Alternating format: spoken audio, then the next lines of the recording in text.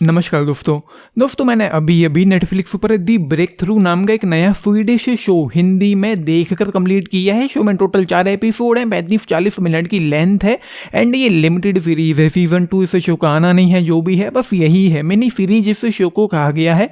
And इस show का जो प्लॉट लाइन है, जो समरी है, नेटफ्लिक्स पर यूँ लिखी हुई है।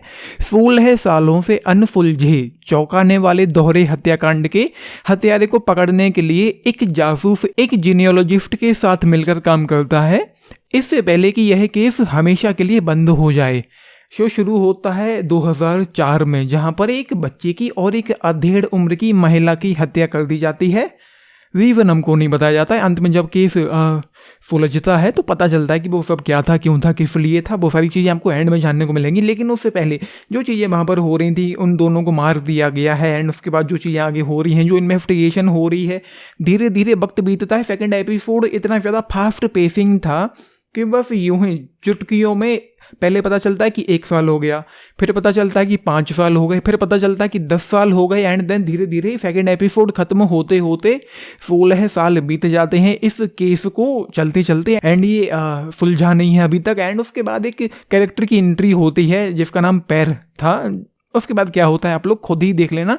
तो भाई जो जेनेटिक जेनियोलॉजी वाला जो कॉन्सेप्ट है इस शो में हमको देखने को जानने को मिला है, वो कुछ नया सा था।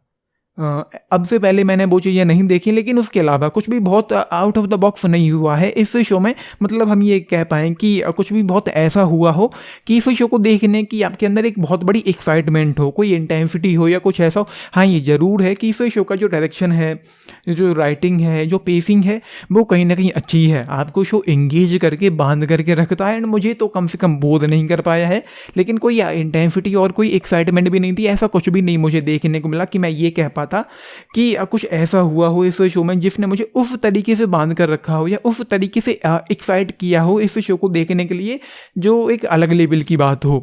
वो चीज़ें नहीं है। एक्साइटमेंट उतनी ज़्यादा नहीं है जितनी आई गेस इस शो में हो सकती थी या होनी चाहिए थी।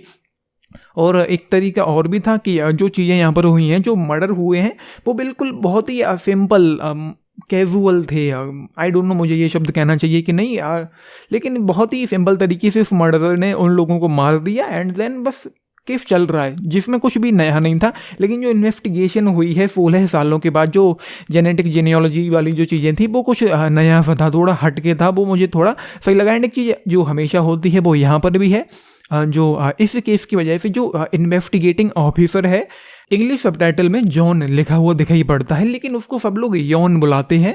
तो वो जो किरदार है एंड उसकी जो पर्सनल लाइफ थी, इस केस की वजह से वो तबाह हो गई थी, बर्बाद हो गई थी। वो सब क्या है आप लोग देख लेना। तो खत्म होते होते जब चीज़ें सॉल्व होती हैं, जब पता चलता है कि वो बस पकड़ने ही वाला है, पकड़ा जाने वाला है, तो वहाँ पर चीज़ें थोड़ी सी बेटर हुई। जो फाइनल एपिसोड था वो मुझे थोड़ा सा बेटर लगा है बाकी की अपेक्षा। तो ये है, अगर एक सिंपल मर्डर मिस्ट्री टाइप की चीज़ें इस शो में होती हैं, जो मेरे लिए तो उतना कुछ नया नहीं था, तो वो है। हालांकि जो हटके था वो बस यही, जो जेनियोलॉजिस्ट वाला जो एक ट्विस्ट आता है, जो किरदार है पर वो जो चीज़ें करता है वो थोड़ा कहीं तक सही मुझे लगा है। तो ये है, फ्री है, बोर हो रहे हैं, कुछ भी देखने के लिए नहीं है, तो टाइम पास के लिए इस शो को देखा जा सकता है। एल्गो जफ्टा 3 स्टार्स आउट ऑफ 5 इस शो के लिए। बाकी इसको 13+ की कैटेगरी में रखा गया है, चाहे तो फैमिली के साथ भी देख सकते हैं। एक सिंगल किसिंग सीन इस शो में नहीं है। तो आप लोगों ने ये शो देखा है, देख रहे हैं, अपने टेक्स लिख के बताना। बाकी आप लाइक, चैनल सब्सक्राइब भी करना, चैनल को, वीडियो को and this Nitish signing off. Thank you.